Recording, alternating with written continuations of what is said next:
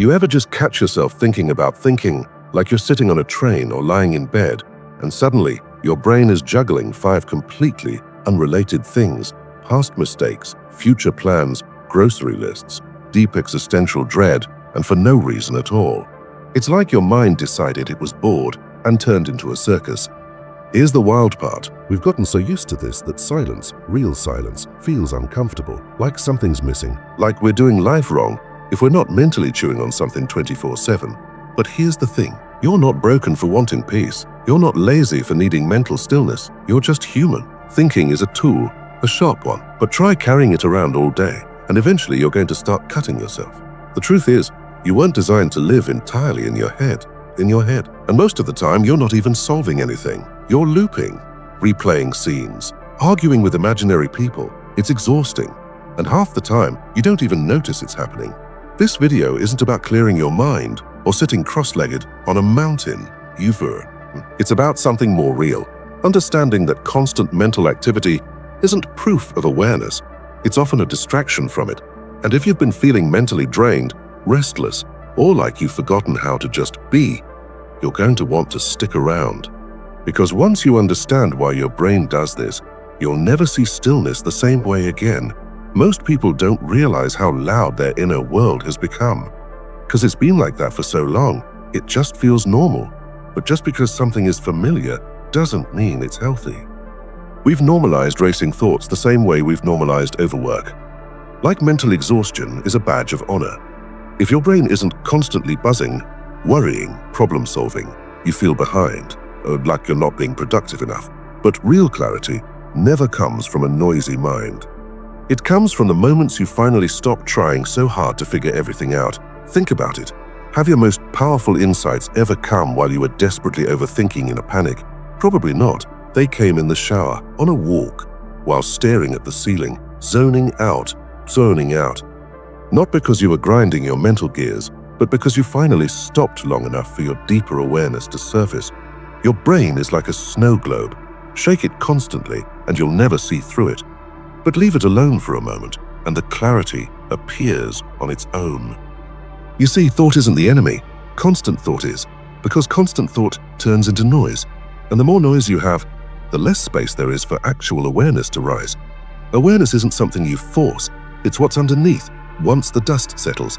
And here's where it gets interesting. When you stop clinging to every thought, you start noticing how most of them aren't even useful. They're old, recycled, stuff you've already dealt with 10 times.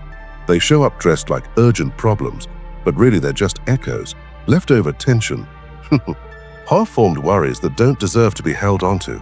You were never meant to live entirely up there, inside the mental simulation. That's why nature feels so good. That's why music hits different when you stop analyzing it and just listen. That's why the best moments in life don't come with commentary. They come with presence. When you stop treating thought as the main character, you start experiencing life again, not just thinking about it. Here's something no one teaches you. Silence is not the absence of activity. It's the doorway to actual awareness. When you're constantly thinking, your attention is always 2 steps ahead of your body, in the past, in the future, in imaginary conversations, in to-do lists that stretch into infinity. You're rarely where your feet are. You could be walking through a park on a beautiful day, but if your mind is replaying an argument from 3 days ago, your nervous system doesn't know the difference. It thinks you're still in the fight. That's how powerful your thoughts are. But here's the paradox. Your thoughts can only shape your life if you let them run the show unchecked. You are not powerless to them. You're not stuck with the noise. You're just used to reacting to every single thought like it's a notification that needs opening. Most of the time, it doesn't. You ever had a random negative thought pop up and suddenly your whole mood shifts? But if you trace that thought back, it came from nothing. No real trigger, just a habit, a loop, a muscle that got too strong from overuse. This is where stillness becomes powerful, because stillness isn't passive. It's not doing nothing. It's unhooking your identity from the mental commentary long enough to realize you're not obligated to think everything through. Some of your best decisions, the ones you felt in your gut, came from that space. You didn't overanalyze it. You didn't talk yourself into or out of it. You just knew. That's the intelligence underneath the mind. It's not chaotic. It's not loud. It's calm. It's grounded, and it doesn't need your constant input. And here's the part that changes everything. When you give yourself permission to stop thinking all the time, you don't become less aware. You become more aware. You start listening deeper. You notice what you've been missing. And life starts to unfold without needing to be micromanaged. Because clarity doesn't come from thinking harder. It comes from finally being still enough to hear what's been there the whole time. Let's talk about something you don't often hear when people talk about overthinking. It's not just what you're thinking. It's the constant pressure to mentally narrate your existence. Waking up, there's already a dialogue. Or, eating breakfast, your brain's got commentary. Even while relaxing, your thoughts are asking, am I doing this right? Should I be doing something else? It's like you're never really alone, because the mind has convinced you it always needs to explain, label, and judge every single moment. And that constant noise isn't just tiring. It pulls you away from actually living. Because here's the truth. There's a huge difference between being in the moment and being in your head about the moment. One feels like breathing. The other feels like surveillance. You don't need your mind to constantly track, categorize, and analyze your life like it's building a report. You're not a machine. You're a being. You're not here to process reality. You're here to experience it. And that's why you're not supposed to think all the time. For the time. Because the more energy you spend narrating what's happening, the less you're actually there for it. There are entire layers of awareness that only unlock when you stop mentally chasing them. Subtle shifts in your body, emotions that don't need fixing, ideas that rise up on their own. It's like tuning into a radio station you didn't even know was playing underneath all the static. This is where presence becomes powerful. Not in some abstract spiritual way, but in a practical, deeply human way.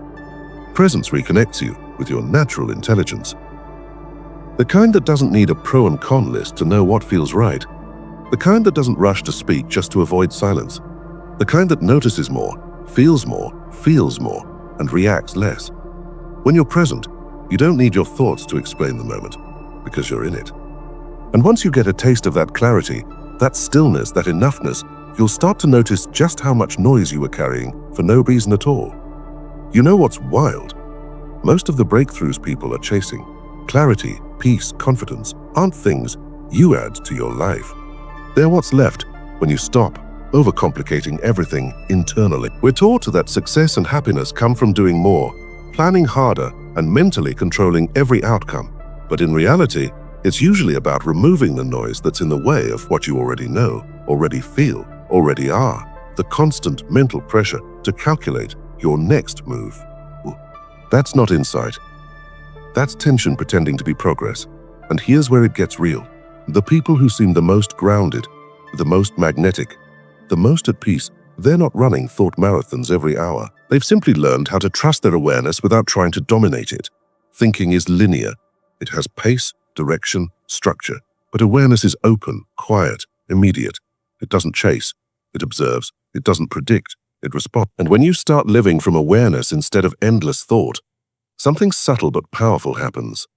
You stop needing to prepare for everything, not because you don't care, but because you're present enough to respond with clarity in real time. That presence is where your power lives. You stop being 10 steps ahead in your head and start being right here in a way that feels stable. You're less reactive, less drained. Decision-making stops feeling like climbing a mental mountain. But here's the twist. You don't access this by trying harder to be present. You access it by realizing you're already here.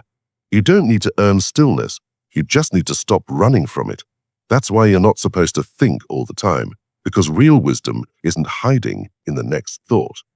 It's sitting quietly underneath all of them, waiting for you to stop long enough to notice. Let's be honest. Silence has become suspicious in today's world. If you're not talking, typing, tapping, swiping, or planning, someone assumes something must be wrong. And even you might feel that itch like you're falling behind, just because your brain isn't multitasking 100 miles an hour. But what if silence wasn't emptiness? What if it's where the real stuff starts to happen? The problem isn't that you think. It's that no one ever taught you how to listen to life without thinking over it. There's a whole layer of experience most people never touch because their thoughts won't step aside long enough to feel it. It's in the pause between conversations, the breath before you speak, The space between ideas where you're not reacting, not planning, just awake in the moment. And in that space, something incredible shows up. You become more intuitive. You move with clarity instead of second-guessing. You listen better. You respond better. You even start to enjoy doing nothing. Not because you're lazy, but because you're finally not at war with stillness anymore. Here's the truth most people miss. You don't need to fill every quiet second with thinking. Some of the most important shifts in your life will come when you stop trying to think your way into the next level and start feeling your way into it. There is intelligence in the quiet, a kind of knowing that doesn't show up in words. It shows up in how calm you are when something used to trigger you, in how deeply you sleep, in how slowly you breathe, in how present you are with ordinary moments. You don't have to abandon thinking. You just have to stop treating it like the only voice worth listening to. Because once you make space, once awareness is allowed to breathe, you'll notice life has been speaking to you the entire time, and it doesn't shout, it whispers. There's a strange freedom most people never feel. The kind that doesn't come from reaching goals or fixing flaws, but from realizing you don't have to mentally chase everything. Not every idea needs catching. Not every thought needs answering. Not every situation needs dissecting. Some things just need your presence. You don't need an opinion on every headline. You don't need to rehearse every possible future. Sometimes silence is just silence, and that's enough. We've been conditioned to believe our value is tied to productivity, even mentally. Like if we're not working upstairs, we must be slacking. But real clarity doesn't shout like a to-do list. It moves through you when you stop damming it up with analysis. That's the shift that changes everything. When thinking becomes an option, not a requirement, when you trust the space between thoughts just as much as the thoughts themselves, you become more grounded, you speak slower, you listen better, you feel connected, even when you're doing nothing at all. This is why you're not supposed to think all the time. Not because thought is the enemy, but because peace doesn't compete, it waits. So the next time you feel the urge to fill the silence, let it stay a few seconds longer. Not to make something happen, but to remember what it feels like when nothing has to. You were never meant to live in your head. You were meant to live.